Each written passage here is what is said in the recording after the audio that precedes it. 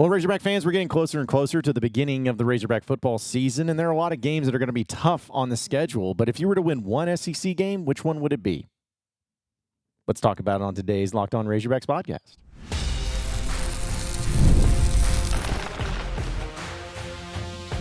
You are Locked On Razorbacks, your daily podcast on the Arkansas Razorbacks, part of the Locked On Podcast Network, your team every day.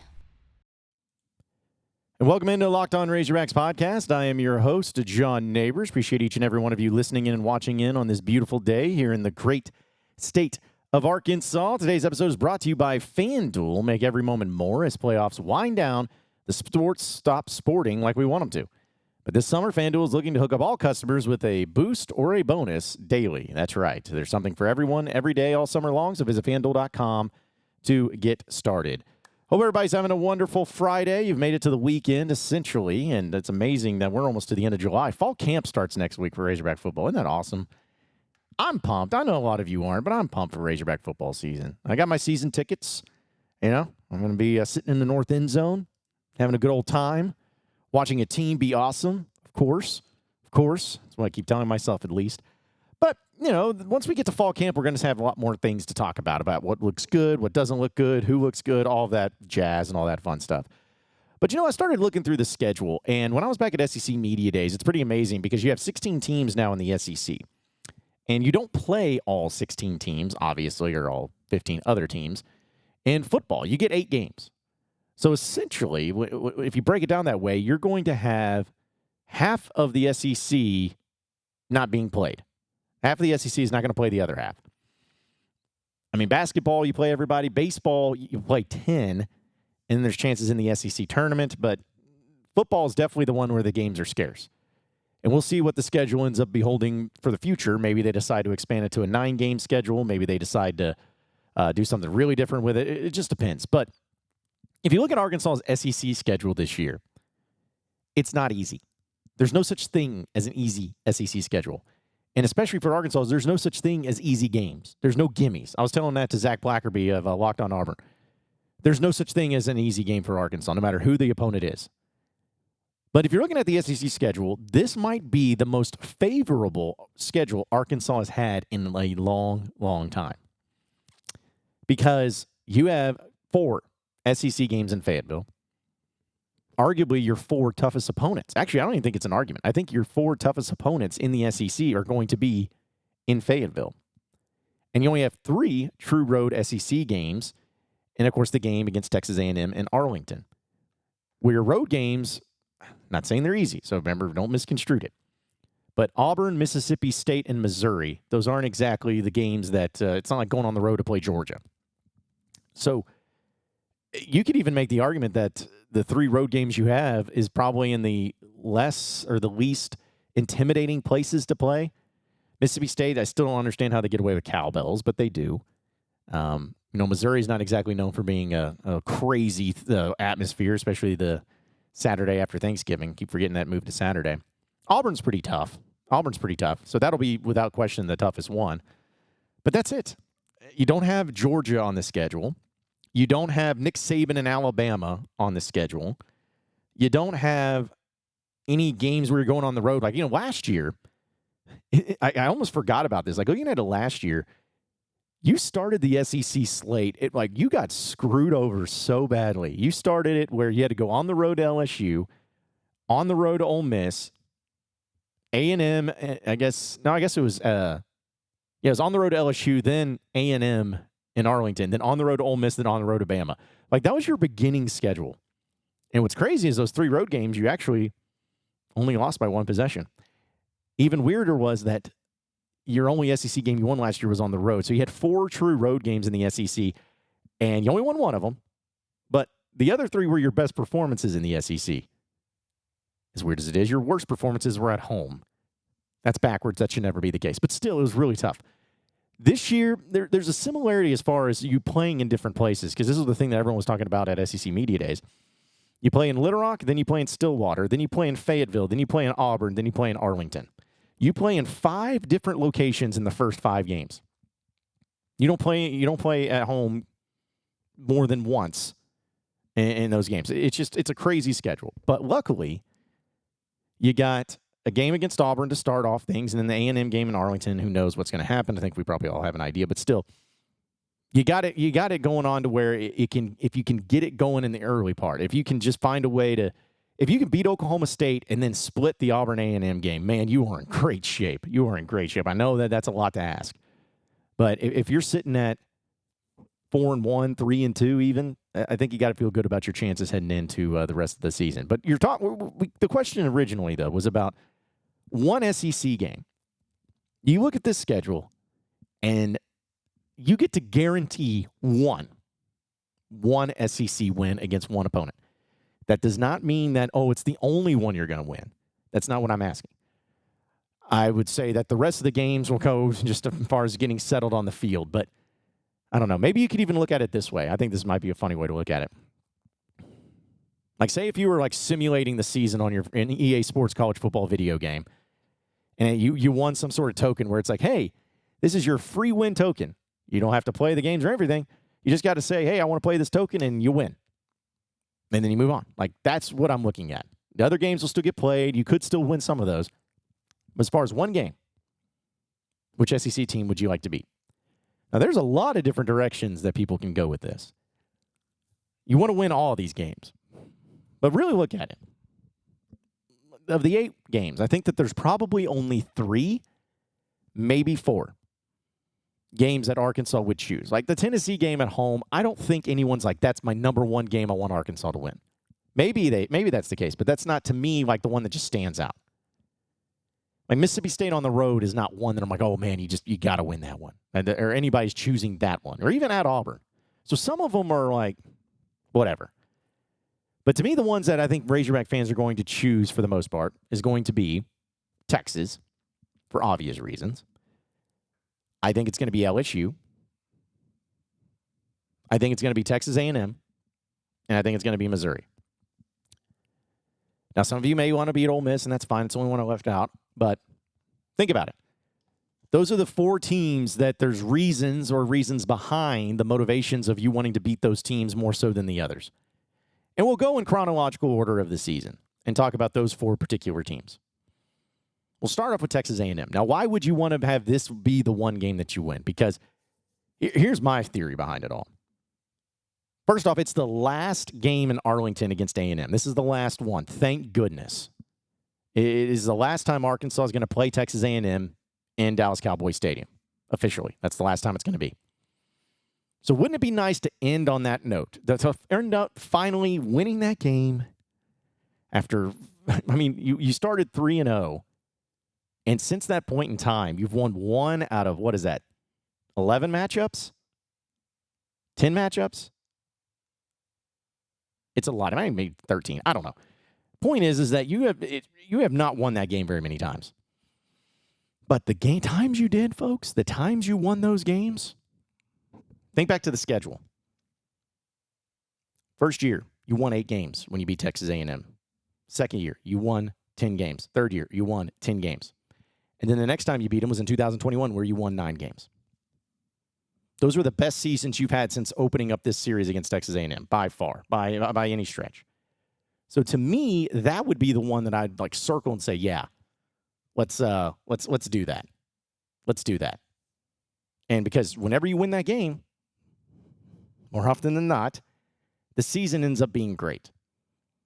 And plus, it's just something that's nice to where you can end up on a good note with that final series, where not the lasting feeling of, man, every single year it felt like you either had the game or you had a big lead or whatever, and you blew it, and it went away, and you just failed miserably. So I could totally see a lot of arguments being made for that particular one. So we'll continue to talk about the other 3 games, too, and give my thoughts on those as well as some basketball news, too. So stay with us here on the Locked On Razorbacks podcast.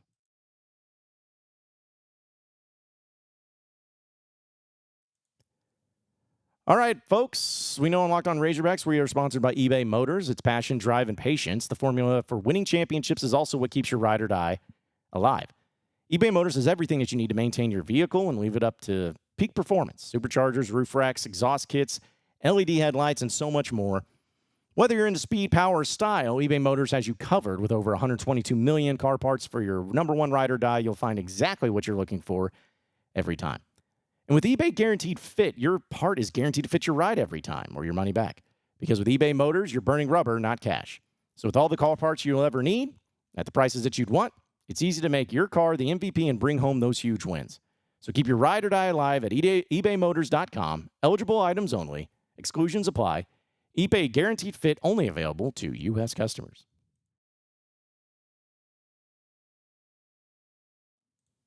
All right, so moving on into the next segment of the Locked On Razorbacks podcast as I take a swig of water. Yeah, I mean, I had to. So we were talking about Texas A&M being the game that I think a lot of Razorback fans would probably pick out of a lineup of which ones they want to win as far as the number one SEC game. So we'll move on to the next one. Again, I'm finalizing it into the four. LSU. Now, LSU to me is an obvious one because of just the golden boot. Razorback fans don't have a true rival. I've said this many times, but there are a lot of Razorback fans that do hate LSU. This game used to mean something when it was on Black Friday. It used to have a stretch where the winner of this game won the SEC West. And the fact that you're going to be having that game at night in Fayetteville, coming off of a bye week, boy, oh boy, wouldn't that be something to really put a stake in? It all depends on what you're doing leading up to that point, because you have gone through your halfway point of the season.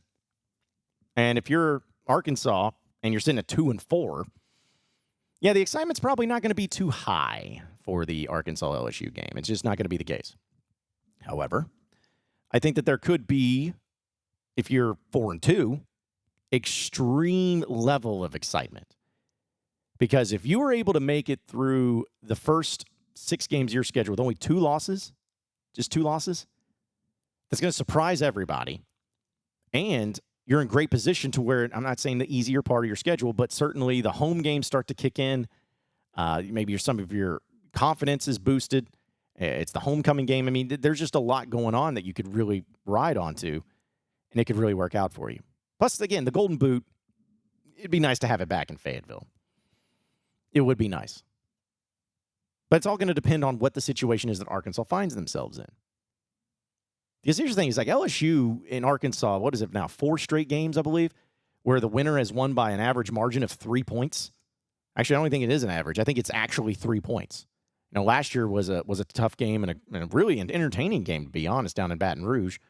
Arkansas couldn't find a way to win, but LSU hit a game-winning field goal. Year before that, Arkansas lost at home in the cold, 13-10. Gross. Year before that, Arkansas won in at Baton Rouge. So, yeah, it's just been really close games, really epic games, and just think about the atmosphere of what it would be being a night game if Arkansas is actually having a decent year. If they're sitting at 4-2, we'll make that fun. Sitting at 4-2, say they lost to Auburn and Tennessee, I guess, or Auburn A&M. Like if you're, I don't know, pick your poison there. Whoever, just pick 2 losses and who you think. But still, there'll be excitement about it because that means you would have beaten a quality team, or at least 2 quality teams in an Oklahoma State, an Auburn, an A&M, or a Tennessee. So the excitement will be there, the rivalry will be there, and it would be nice to actually have the Golden Boot back in Fayetteville for a change, because that used to be a one that was pretty back and forth, but Arkansas has only beaten, that's what's crazy. Ed Orgeron beat Arkansas every year except for one, and that's when he was pretty much a lame duck coach. And really, since Les Miles has left, that's been it. Arkansas, that stretch, Arkansas beat LSU in 2015, and since that point in time has won 1 time. So it would be nice to get that Golden Boot back into Fayetteville. And then the next game we got to talk about is also coming off of a different bye week, Texas. Like, do we even need to discuss this one? Like, do we even need to talk about why this one would be a great SEC win, and why if you had to choose one game to win in the SEC it would be this one? Like, do we even need to break it down? It's very obvious. Texas is going to be one of the best teams in the country. They're a team that's coming off of a college football playoff appearance. It's their first year in the SEC.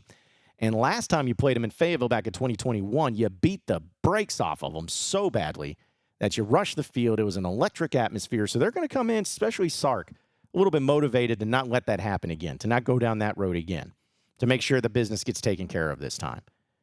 The only unfortunate thing is that it's at 11 a.m. That sucks. I hate that. It's going to be on ABC or ESPN, so yeah, it's looked at as a very high-quality time slot, but it doesn't do much for fans. So that's the only downside to it. But beating Texas, which it was to me, without question, your toughest opponent on your schedule, would be great. And to have that winning streak against Texas, because that would give you 3 in a row, dating back to when you beat them in 2014 in the Texas Bowl, and in 2021, and then now. And man, what if Texas was undefeated going into that game and you won? How sweet that would be. So just for the sake of, you join our conference and we beat you still, for the sake of being the best team, for the sake of coming off a bye, and again, it always depends on what Arkansas is doing at that point in time.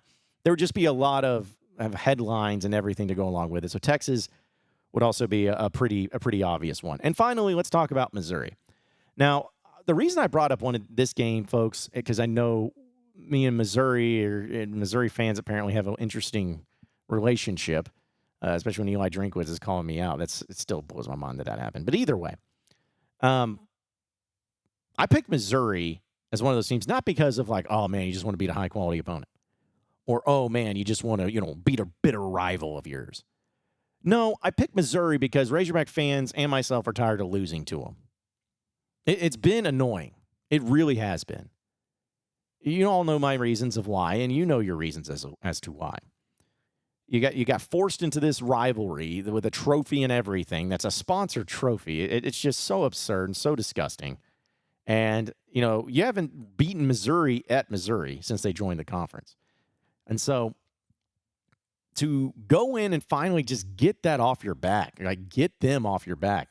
It's like that. It's like the guy that's like an annoying brother that always, you play him in basketball and somehow they always throw some crap up from 3-point land. It goes in and you're just like, are you kidding me?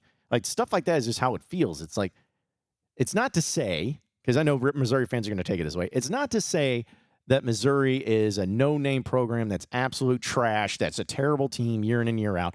I'm not saying that. I'm saying for the sake of what Razorback fans think and how they feel, just like an Ole Miss, just like a Mississippi State, this is a team, this is a program that Arkansas feels like they should be better than year after year. And they haven't been. It's 100% true. But it's still annoying. It's still annoying that they have lost to Missouri as many times as they have. So that would be nice just to finally shut them up, to finally get over this little crap fest that you're dealing with Eli Drinkwitz and talking that trash and all this stuff. It would just be nice to finally have that over with and done with and moving on. So those are the 4 teams. Now, I'm going to choose one. And you can disagree. I'm sure you will. I'm sure you get into the comments and start mixing it up and start yelling at each other or yelling at me or anything like that. But if I was to choose one, just one game, folks, I'm choosing Texas A&M for the reasons I gave. I want to win all these games. We all do. But whenever you beat Texas A&M, it always leads to a much, much better year. It's science. But also having it to be the last game in Jerry World against A&M, you can finally do that. You can finally end it in style. You can finally have a good time in Dallas, because every time I've gone to Arlington, it's been sucky, especially afterwards. It would finally give you a little bit of excitement for a change to end on a good note. And it usually leads to a great season. So give me Texas A&M. Give me Texas A&M. That's the one I'm going to go with. Fair? Fair. All right, Razorback fans, want to remind everybody that we're brought to you by FanDuel. I love sports. I love them so much that I never want them to stop. But as the playoffs wind down, we get fewer games, and the sports just aren't sportsing like we want them to. But FanDuel lets all of us keep the sports going whenever we want. All we have to do is open the app and dream up any bets, and we're always good. And this summer, FanDuel is hooking up all customers with a boost or a bonus daily. That's right. There's something for everyone every day, all summer long. So head over to FanDuel.com and start making the most out of your summer. It's FanDuel, the official sports betting partner of Major League Baseball.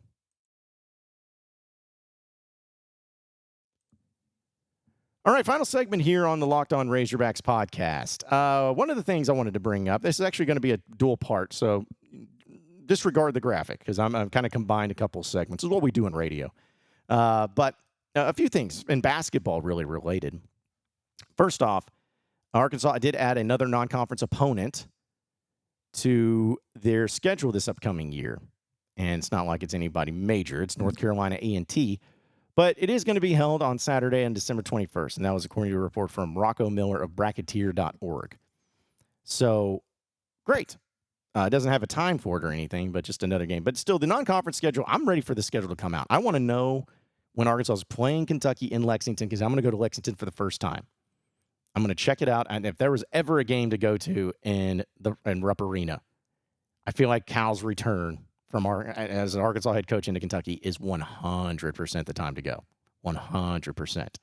So I got to find that out, and I can't wait to see how it all happens. But on top of that, and speaking of Cal, he posted a picture on Twitter, formerly known as, or X, formerly known as Twitter, however you want to put it. I'm still going to call it Twitter. All y'all can shut up. But still, he posted a picture, and like he normally does, if he ever meets with somebody or sees somebody that he really enjoys having around. Well, in his office in Fayetteville, he tweeted out, he said, "Great having Marcus Monk and his son Masai stop by to catch up today and then watch practice." And he has a picture of him and Marcus Monk and his son there. And I just kind of look at it. He also had a picture with Malik's mom, Miss Jackie Monk, and all of that. And it just, we could spend a whole podcast talking about it. But going back, we all know about the thing with Malik Monk, Marcus Monk. There was a lot of angst and anger towards the Monks for Razorback fans. And I'm going to be honest here. I was one of those. And I still think that there was justifiable reason to be upset as a Razorback fan with that situation. I'm not saying that you justify for you to say horrible things to them, but I'm just saying that there are times where fans have at least a little bit of a justification to be upset, and that was one of them. It was a time where things were said that weren't true, that that there was a lot of manipulation behind the scenes and all that. And I don't blame Cal. I don't have any problem with Cal over that. I know Razorback fans kind of cultivated it all together. But to me, it was that issue. It was that issue of how it all went down. But Cal mentioned this in his press conference, and I'm just going to tell you, Razorback fans, you're going to have to get over it. Like the stuff with the Monks. Okay, let me rephrase it. You don't have to get over it, but you're just going to have to accept that they're going to be around. You're going to have to accept that Marcus Monk's going to be around, that Malik Monk may come around. Like, that's just going to happen, because even though Malik Monk was not a Razorback, Marcus was. Played football and basketball. And there's still a lot of people that feel that way. When I tweeted about it, I even saw people mentioning it and mentioning still holding that grudge and holding that anger. And I get it. I totally understand it. So I'm not telling you that you can't be angry or that you weren't justified in everything, but just telling you it's going to happen. You just got to accept it. Don't freak out. Don't lose your mind. Don't be like, well, I don't want it. Cal can leave. Relax. It'll be okay. As long as they win games. That's the most important thing. Appreciate everybody listening in to the Locked On Razorbacks podcast. Be sure to like and subscribe to the podcast on iTunes or on Google Play. You can also get after me on Twitter at John Nabors Show for any questions, comments, concerns that you may have, and we'll keep it going from there. Same podcast time, same podcast channel next Monday. Have a great weekend, everybody. We'll see you then.